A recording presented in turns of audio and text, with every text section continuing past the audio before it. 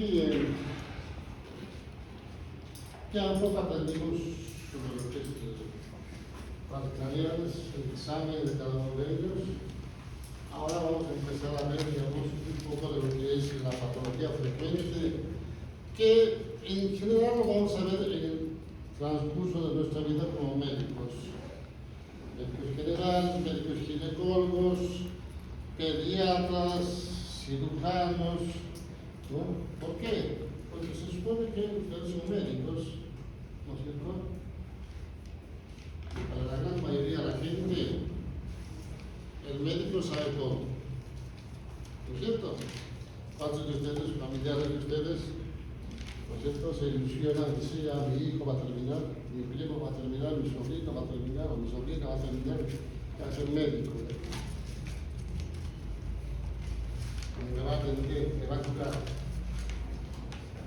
Se supone que dentro de unos 6 meses ustedes van a ser médicos. Se supone que dentro de 6 meses ya saben todo.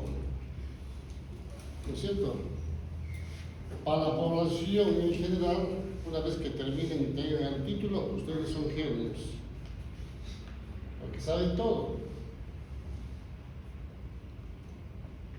Ustedes se sienten capaces de saber todo. Es una pregunta que siempre se nos hace a los estudiantes. Cuando uno termina la facultad, los expertos dicen que en la facultad nos enseñan el 1%. Todo lo que tenemos que saber, el resto lo tenemos que aprender.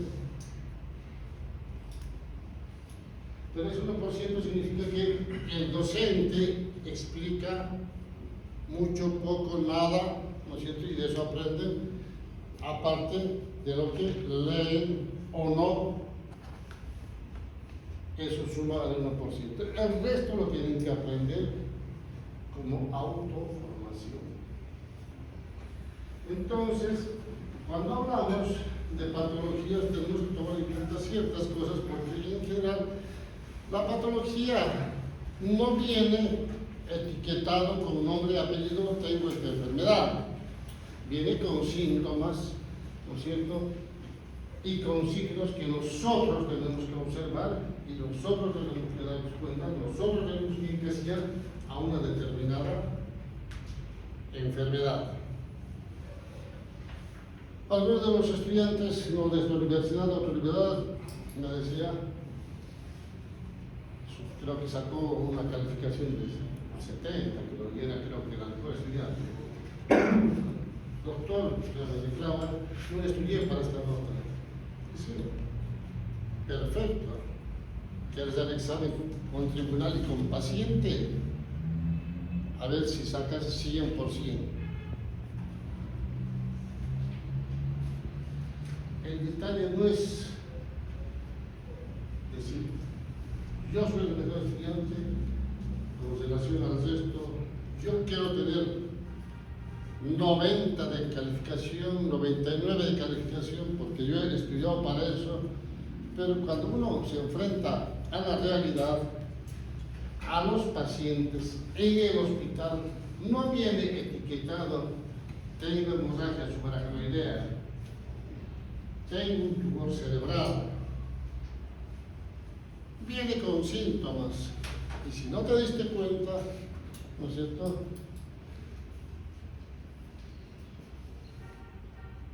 no vamos a llegar. Y simplemente el paciente viene y dice, me duele mi cabeza, pero tengo fibrosis pulmonar, soy diabético, soy hipertenso, tengo gastritis, tengo hipotiroidismo, aparte de eso tengo una úlcera que, aparte tengo hemorroides y aparte tengo. Entonces, el paciente no tiene cefalea, tiene un problema gástrico, tiene un problema hepático, tiene un problema de hormonas, tiene un problema de, no sé, de insuficiencia vascular. ¿A dónde lo cargaste? Lo clasificamos este paciente, pero le duele la cabeza.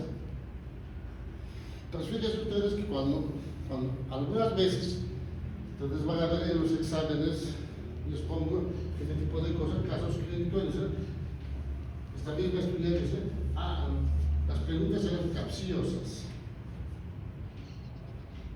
El paciente no va con la etiqueta, el paciente va capcioso, si quiere, a la consulta. O sea, ¿qué le van a decir? Usted viene capcioso, no lo voy a atender. No, tenemos que atender y tenemos que llegar a un diagnóstico. Entonces, fíjense ustedes que todas esas cosas se los hago como reflexión para que cuando sean médicos tengan en mente todas estas cosas. Porque es lindo escuchar a alguien que hable, que nos indique, que nos oriente. Es totalmente diferente ya cuando nos enfrentamos a los pacientes y mucho más cuando uno tiene que poner su firma y su sello. Porque se hace responsable de lo que dice y lo que hace. Entonces, fíjense, la gran mayoría de la consulta privada, hospital, consultorio, consultan por cefalea. Cuando hablamos de cefalea, normalmente, ¿no es cierto?, el paciente nos dice qué cosa, que el paciente tiene algo, pero no nos dice qué. Tiene cefalea, tiene dolor de cabeza. El paciente no dice, tengo cefalea. El paciente dice, me duele mi cabeza, se agarra todo, ¿no es cierto? O dice, me duele mi cabeza, se agarra la frente. No dice, tengo cefalea frontal. Me duele mi cabeza, se agarra la parte occipital. Entonces, cuando nosotros vemos esto, tenemos que entender que la cefalea, ¿qué es? Una sensación molesta, ¿dónde? En la parte superior, que es la cabeza, que va desde la parte occipital hasta la región orbitaria, que es la parte anterior, o lateralmente, ¿no es cierto? Y esto, cefalea es uno de los trastornos más comunes del sistema nervioso.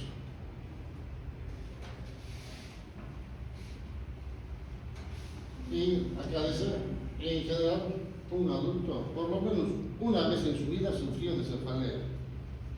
¿Cuándo de ustedes no tuvo cefalea en su vida hasta ahora?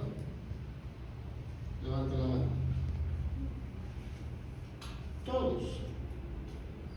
Porque se golpearon la cabeza, por el estrés, porque se enojaron, ¿no es cierto?, con el docente, se enojaron con el compañero, se enojaron con el novio, con la novia, se fueron de fase al día siguiente con dolor de cabeza. Hay 1000 causas para tener una cefalea. Entonces, solo el 5%, fíjense, solo el 5% va a consultar al médico. ¿Por qué el 5%? Porque la gran mayoría, ¿qué hacen? Se automedican. ¿No es cierto? Desde toda la cabeza que se toman ibuprofeno, paracetamol, aspirina, ¿no es cierto? Y se les pasa. O algunos no toman nada, algunas infusiones se les pasa, o otros nada, y se les pasa. Pero, fíjense, que estos que van a consultar, solo el 1% va a tener alguna patología intracraneana, prácticamente casi nada. Y de todos estos, la manifestación inicial de estas patologías intracraneanas empieza por cefalea. Por cefalea. Entonces, fíjense ustedes que cuando hablamos de cefalea tenemos que pensar en muchas cosas, pero también tenemos que pensar en lo que tiene o puede tener algo en la cabeza. Pero fíjense, es muy poco. De estos 5%, el 1% tiene algo en la cabeza. Y de esos 1%, solo el 33% puede tener algo, ¿no es cierto?, que se manifiesta como cefalea. Prácticamente nada. Entonces, pensamos que la cefalea tiene 1000 causas, pero es un problema en la cabeza, ¿no es cierto? Ahora, dentro de esto, los autores clasifican, para entenderlo, si quieren, un poco fácil y sencillo, en cefaleas primarias y cefaleas secundarias. Algunos clasifican en las neuralgias o dolores faciales que van irradiar hacia la calota, y las famosas no calificables o clasificables. aquellos que no ingresan en ninguno de estos. Ahora, cuando hablamos de cefaleas primarias, lo primero que hablamos es de esto, migraña. ¿Por qué? ¿Por qué hablamos de migraña? Porque en general, vamos desde lo más simple, cotidiano, ¿no es cierto? Alguien tiene migraña, digo, cefalea, ¿no es cierto? Y el compañero, el amigo, el vecino dice, yo también tenía igual, el doctor me dijo que tengo migraña, debe ser migraña, y ya se quedó con la migraña. O simplemente va a la consulta y el médico no sabe, el 90% no sabe, los médicos que trabajan en emergencia. O simplemente porque están apurados o porque no quieren atender o porque cualquier cosa, el doctor me da una interés, usted tiene migraña, toma esto, y se va. Y el paciente se va feliz. Dice, tengo migraña porque el doctor me dijo. Sí, el doctor, ¿por qué? Porque el doctor sabe todo, ¿no es cierto? El doctor sabe todo. Y el doctor me dijo que tengo migraña y se queda con la etiqueta de migraña. Es fácil, ¿no es cierto? Entonces, fíjese que hablamos de migraña, ¿por qué? Porque el paciente dice que tiene migraña porque alguien se lo dijo. Pero fíjese que la migraña tiene sus cosas particulares, síntomas específicos que son, en general siempre es periódico, no es constante. Y siempre es, clásicamente es unilateral o hemicránea. Es pulsátil, ¿no es cierto? Y empieza a quedar en la adolescencia fundamentalmente. Algunos dicen en la infancia, alguna vez algún pediátrico, llamamos pediátrico de 9, 10 años, no antes, ¿no? Entonces, adolescencia y al inicio de la edad adulta. ¿Cuál es la fisiopatología? ¿Por qué se empieza? ¿Cuál es la causa? Antes hablaba mucho del tema de la cuestión vascular, ¿no es cierto? El problema vascular y todo eso. Actualmente, ¿sabe qué? Es una liberación alta de la serotonina, que es un neurotransmisor, ¿no es cierto? ¿Y qué es la serotonina?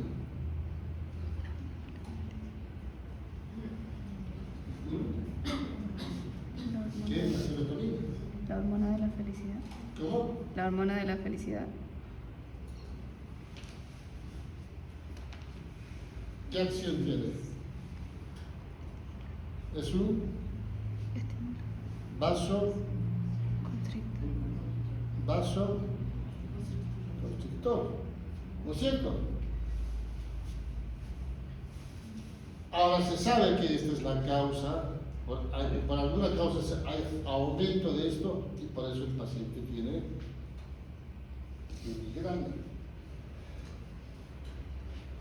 Es muy raro que alguno de ustedes pueda tener migraña sin tener un antecedente familiar. Cuando uno encuentra una migraña, siempre hay que preguntar si algún familiar tuvo el mismo episodio o la misma, ¿no es cierto?, clínica de presentación para que el paciente tenga migraña.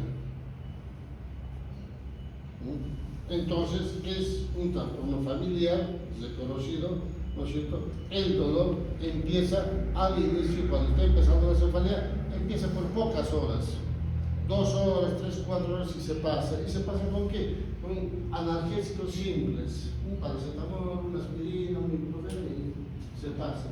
Pero en la medida que va avanzando la edad, se hace más frecuente los periodos de presentación y se hace más extenso el periodo de cefalea y más resistente a los analgésicos comunes. Se necesitan otras cosas. Entonces, este paciente que tenemos, ¿no es cierto?, va a tener la cefalea hemicránea, ¿no es cierto?, empeora ¿con qué? Con la actividad diaria. Entonces, ¿qué hacen los que tienen migraña? Se encierran en la habitación. ¿Qué otra cosa? Les molesta la luz, les molesta el ruido. Entonces tienen una fotofobia y fonofobia. Por eso los que tienen migraña se encierran en la habitación, cierran las ventanas, apagan todo y se duermen. ¿No es cierto? Y cuando despiertan ya están un poco mejor o mejor. Entonces, estos pacientes tienen esto, a veces, cuando es muy intenso la cefalea, a veces acompañan de ¿qué? De náuseas y vómitos, ¿no es cierto? Entonces, fíjense que todo esto tiene que tener el paciente para que tenga migraña. Pero no vayan a hacer ustedes que cuando vayan a la consulta, cuando estén en el hospital, doctor, tengo cefalea, tiene migraña. No preguntaron nada de esto. ¿No es cierto? Uno tiene que investigar.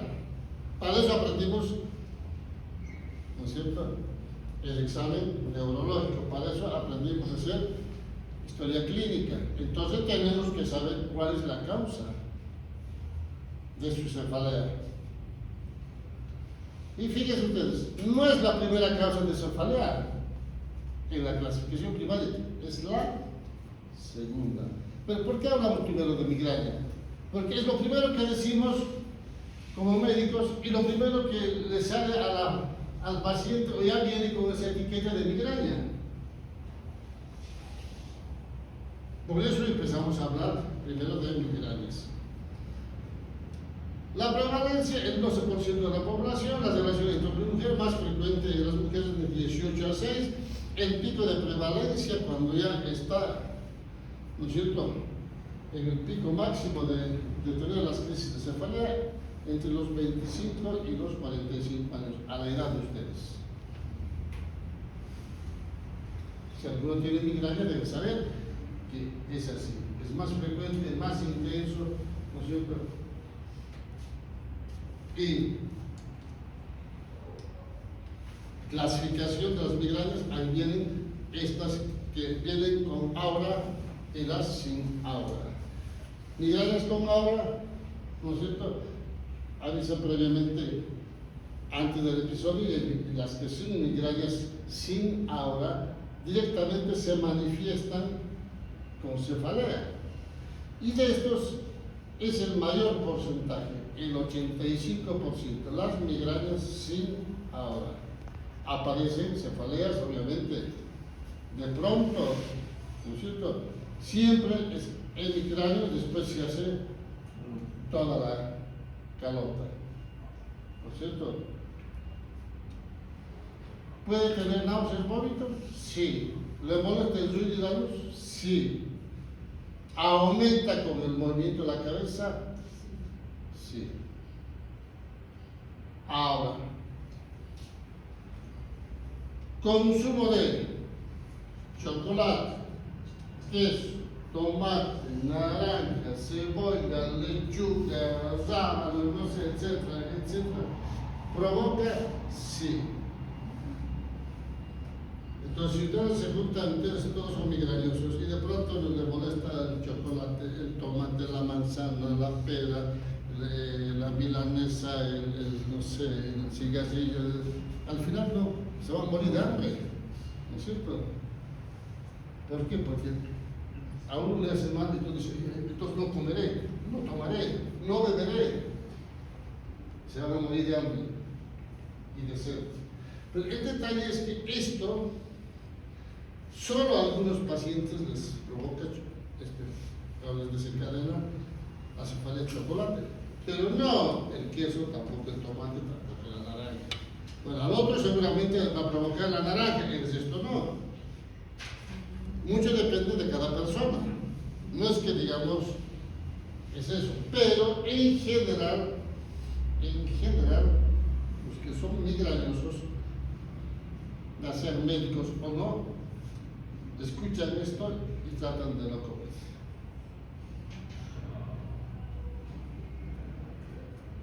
Es así. Entonces, pero es para tomar en cuenta, ¿no es cierto? Ahora, si el paciente no sabe nada de eso, es recomendable decir, mira, estos alimentos pueden desencadenar la crisis, va a tener mucho cuidado, presta atención. No decirle, no coma.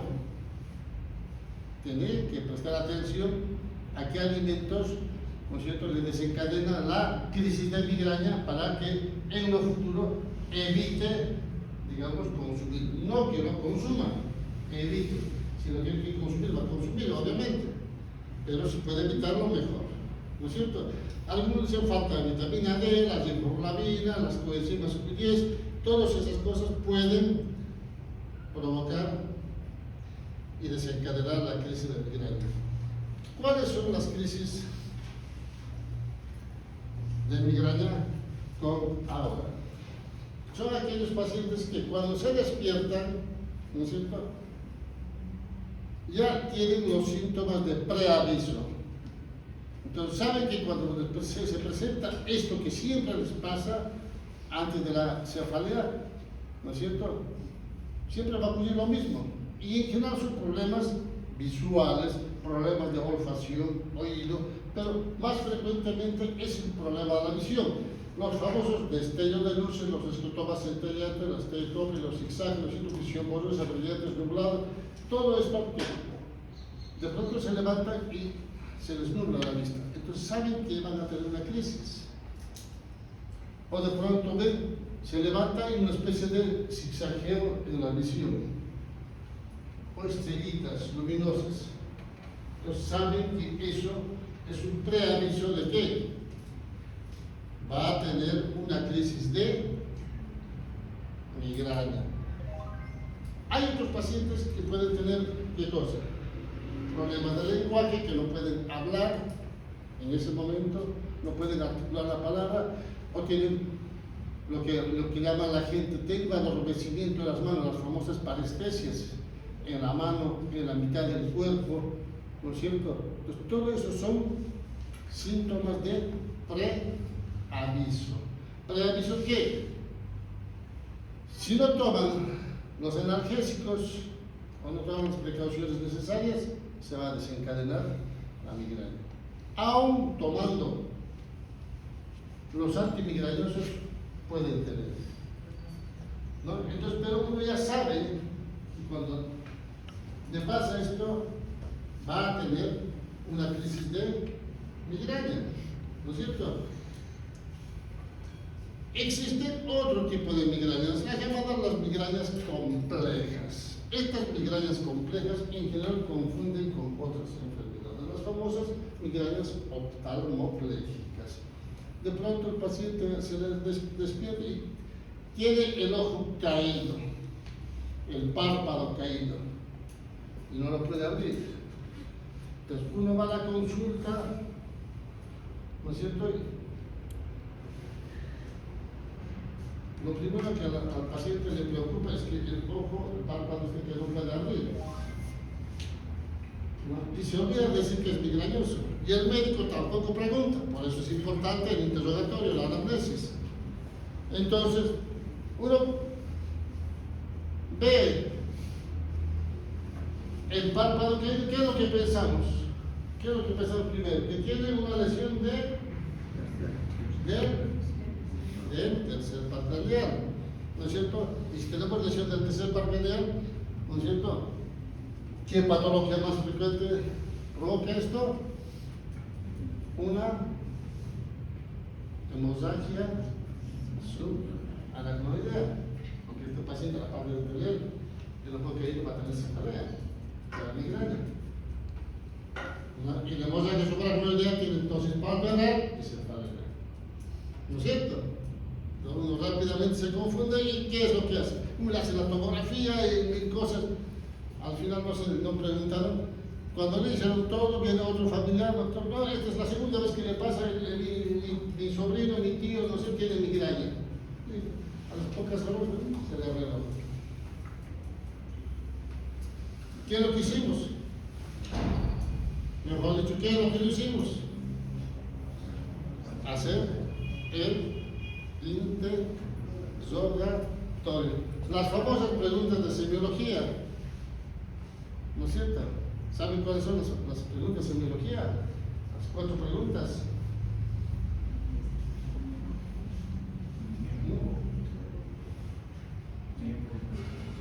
No.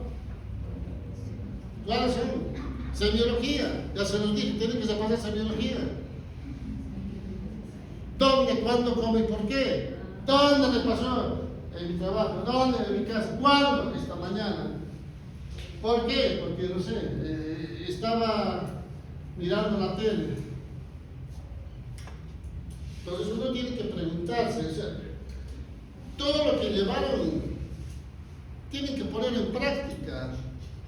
No es que estudian para tener una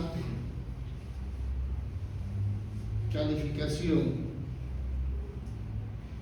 Tienen que estudiar para toda la vida. Tienen que estudiar para que les sirva toda la vida. Si yo fuera la universidad, yo a ustedes no les tomo examen, simplemente les doy clases. Porque se supone que vienen a aprender.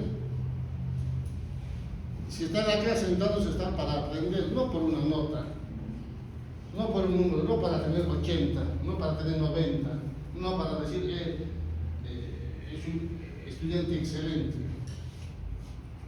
Eso no interesa en la vida futura del médico. Lo que interesa es lo que se les queda en la cabeza, y lo que se queda en la cabeza tienen que poner en práctica. ¿Para qué? Para resolver las enfermedades. Pues yo les digo, o sea, todo lo que aprendieron tienen que poner en práctica, porque esto es sumatorio. Entonces, si ustedes no hacen eso, siempre se van a equivocar. Entonces, fíjense, entonces la oftalmoplegia, ¿qué hace? La migraña vacilar es en general problemas muchas veces problemas de circulación vertebrovascular, ¿no es cierto?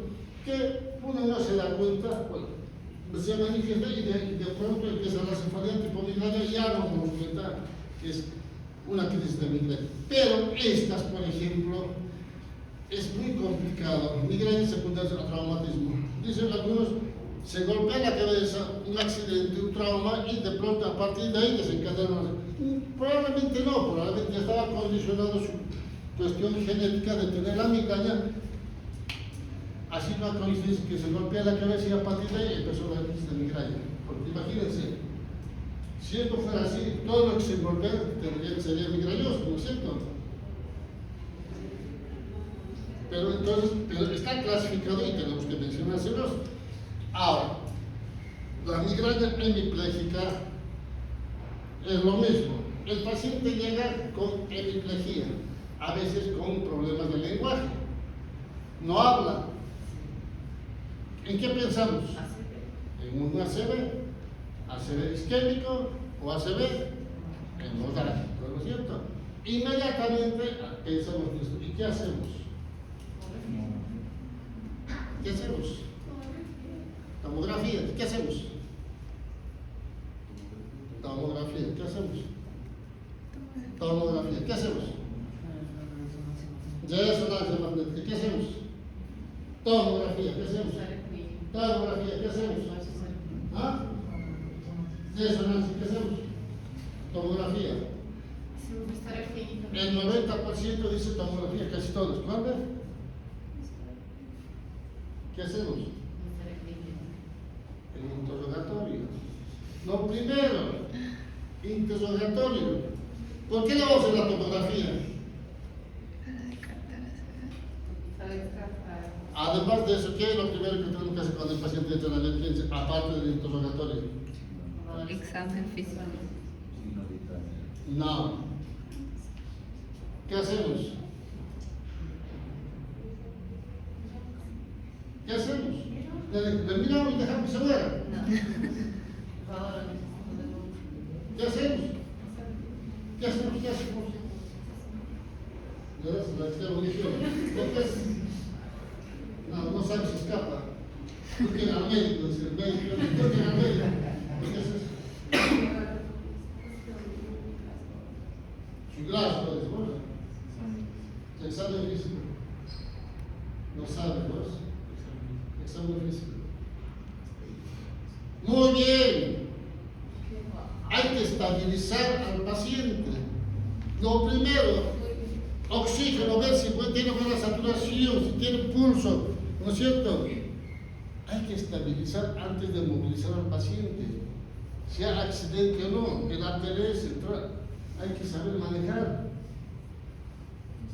Entonces, entre el paciente se lo pone primero, pulso, saturación, ¿no es cierto? Pupilas. Si vemos que tiene buena presión, buena oxigenación, buena saturación, está compensado, hemodinámicamente se puede movilizar. Y si no, hay que compensarlo primero. Hay que compensarlo primero porque el paciente, si no, se nos muere en el camino. ¿Por qué? Porque probablemente no sea el caso pero yo se los comento que, ¿no es cierto? Cuando a veces llegan pacientes con politrauma, hacen lo mismo que ustedes. El paciente llega muy mal, lo primero, vaya, tomografía, lo llevan. No saben cómo está, no saben lo que tiene, pero lo llevan a tomografía. Después de la tomografía lo van a llevar a la ecografía, después a ensayos y lo traen. Claro, va el camillero, dice, como el médico nunca va, ni el residente lo mandan al interno, que son ustedes, acompañado. Entonces van dos y el paciente se pone, empieza a ponerse frío, no sé, porque ya es un poquito tarde, y dice el compañero, anda trayendo una frazada porque está poniendo frío el paciente. El otro va y lleva una frazada y se lo deja, lo tapan, llega al estudio, cuando vuelve y está muerto. Está frío por muerto. ¿Por qué? Porque no lo estabilizaron. Recuerden, siempre metanse en la cabeza eso. Lo primero, cuando llega un paciente, lo primero signos hospitales. Ingresa a la paciente sentada, ¿cómo se llama? ¿Dónde vive?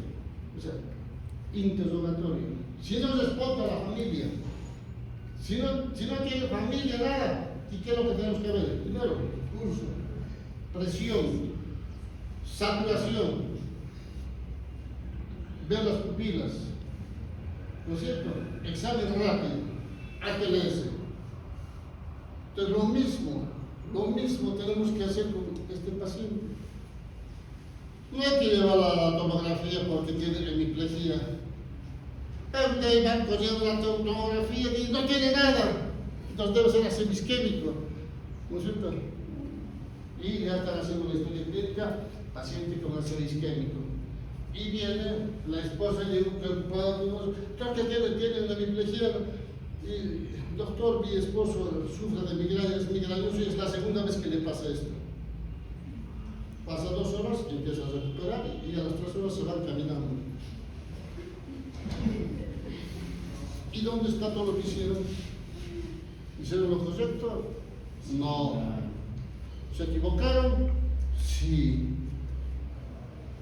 Por eso yo les recalco siempre, es importante que se pasen semiología.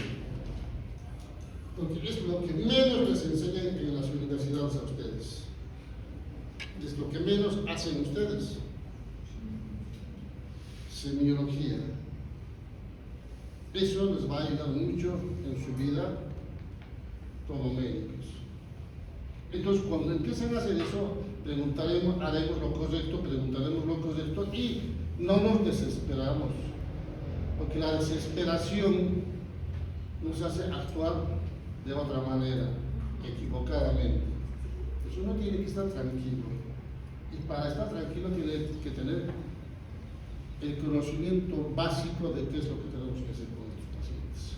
Entonces, cuando vemos esto, ¿no es cierto?, vamos a ver que el paciente sí tiene un déficit. Hay que interrogarlo, hay que compensarlo. Si el paciente puede hablar, preguntar, seguramente el paciente tengo migraña, es la primera, segunda, tercera vez que me pasa. Y si no habla, la familia. Obviamente, después de todo eso, seguramente se va a tener que hacer una tomografía, sí, para descartar que lo que dice ¿no es cierto? Es real y que, ¿no es cierto?, no tiene nada en la cabeza. Porque puede ser al revés, que dice, no, es la segunda, la tercera vez que le pagué, que no le hagan una tomografía y de pronto tenemos sangrado en la cabeza, ¿no es cierto? Pero ya una vez compensan, hecho el interrogatorio y todo eso, para descartar que está todo bien, se lo hace todo y después, una vez que se recupera, se envía, ¿no es cierto?, con pautas al domicilio. Porque la migraña, en general, una vez que mejoran, no tiene criterio de internación, salvo aquellas migrañas rebeldes que no mejoran 2 o 3 días, entonces eso sí hay que internarlos para hacer tratamiento endovenoso. Pero son los menos frecuentes. Entonces, ¿cuál es el tratamiento? Cuando empezamos a tener las migrañas iniciales, estos pacientes van a responder fácilmente ¿con qué? Con analgésicos comunes, paracetamol, antiinflamatorios, ¿no es cierto? Algunas mezclas de paracetamol con tramadol, alguna cosa de esas. Obviamente hay que tener mucho cuidado, ¿no es cierto?, cuando están embarazadas, darles algunas cosas que pueden afectar al embarazo. Si las cefalesias son más intensas, ¿no es cierto?, ya se puede usar la dihidroergotamina, ¿no es cierto?, ya sea nasal o vía oral, ¿no es cierto?, esto que ahora se usa habitualmente, que es el sumatriptan, la ergotamina sublingual también. Entonces, cuando uno tiene migraña, ¿qué es lo primero que va? ¿Qué hace? Los migraños van primero a la farmacia, ¿no? Les vende algún antimigrañoso. ¿Y qué es lo que les venden en la farmacia? ¿Sí? ¿Qué otra cosa? ¿Cómo? ¿Migra? ¿Migra qué? El migra diusador. El migra, no sé, hay muchos migras que por ahí con nombres comerciales, ¿no es cierto? Todo mezclado con qué? Que todos esos tienen cafeína, ¿no es cierto? Más, ¿qué cosa? Más paracetamol, más ibuprofeno, ¿no es cierto? Que en general responden, por eso que siempre compran, sí, siempre van tomando, y llega un momento en que ya no les hace nada. Entonces, hace años se usaba como una muy buena respuesta el naproxeno. El naproxeno es un aire igual que el ibuprofeno, el diclofenac, todo eso, y como buena respuesta para las crisis de migraña. Entonces, un buen tiempo se usó el naproxeno hasta que como que se hizo rebelde a esto y ya no hacían nada. Entonces, después de eso apareció ¿qué cosa? La línea de los triptanos, el sumatriptano, más específicamente para la cefalea de migraña. Entonces, actualmente se usa el sumatriptano en comprimidos para las crisis de migraña y existen en el mercado una combinación del sumatriptan con el naproxeno que tiene muy buen resultado para bloquear las crisis de migraña. Porque la idea es, cuando tienes una migraña, tomar y que nos bloquee rápidamente el dolor, no es que nos vaya a durar muchas horas, ¿no es cierto? Entonces, esto tiene un muy buen efecto. Entonces, actualmente lo que se usa es el sumatriptan más naproxeno para las crisis de migraña. Esto en general casi en el 90%, pero hay pacientes que tienen crisis, estas que son muy intensas de rebeldes al tratamiento, estas sí, se va a seguir usando los tratamientos subcutáneos, sublinguales, ¿no es cierto? Hay que usar los antieméticos porque estos van a tener náuseas, vómitos. Vamos a usar la verapamilina, que es un analgésico mucho más potente, mezclado con prometacina, pero hay que tener en cuenta qué cosa, que la promacina, ¿no es cierto?, se puede repetir endovenoso, ¿no es cierto?, y hay que tener una vía de acceso, porque los pacientes en general provocan ¿qué cosa? Hipotensión. Entonces tenemos que expandir para que no tengan hipotensión. Entonces fíjense ustedes, para esto ya tiene que estar internado el paciente. Entonces son las crisis intensas rebeldes al tratamiento. Entonces fíjense cómo, digamos, la migraña va avanzando en cuanto, digamos, a intensidad, a intolerancia a los medicamentos, y uno tiene que saber manejar todo ese tipo de cosas. El mayor porcentaje de las migrañas son esas las moderadas que llamamos aquellos que responden muy bien al sumatriptán y al naproxeno. Pero existen los llamados tratamiento preventivo. ¿Y cuál es un tratamiento preventivo? Aquellos que una vez que toman un medicamento, digamos, prolongan el tiempo de presentación de las crisis. Y dentro de estos, ¿cuáles tenemos? Amitriptilina, ácido valproico, pregabalina, ¿no es cierto? Flunarizina, tengo 2 o 3 medicamentos más que no me acuerdo, pero esos son los que más usan los neurólogos fundamentalmente. Yo particularmente uso la flunarizina.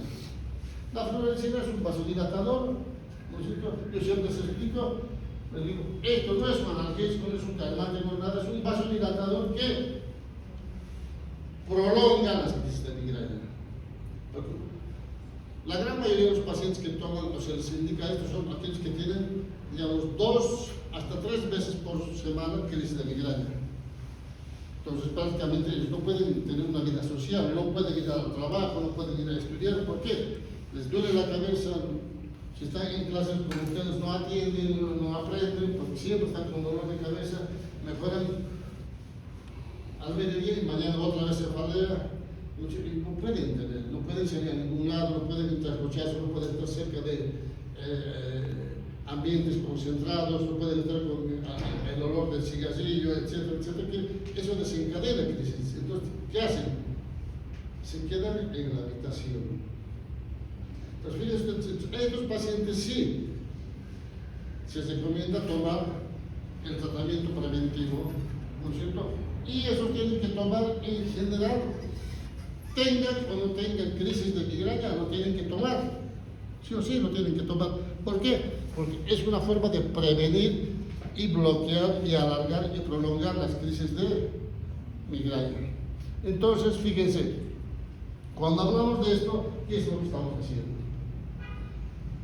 Estamos alargando. No es lo mismo que, por ejemplo, ella que tiene crisis de migraña 3 veces por semana, le doy el tratamiento y de pronto va a tener ya no 3 veces por semana, sino cada semana, después cada 15 días, cada mes, cada 3 meses. No es lo mismo que tenga una crisis cada 3 meses que 3 veces por semana. Entonces, esa es la diferencia cuando se hace el tratamiento preventivo.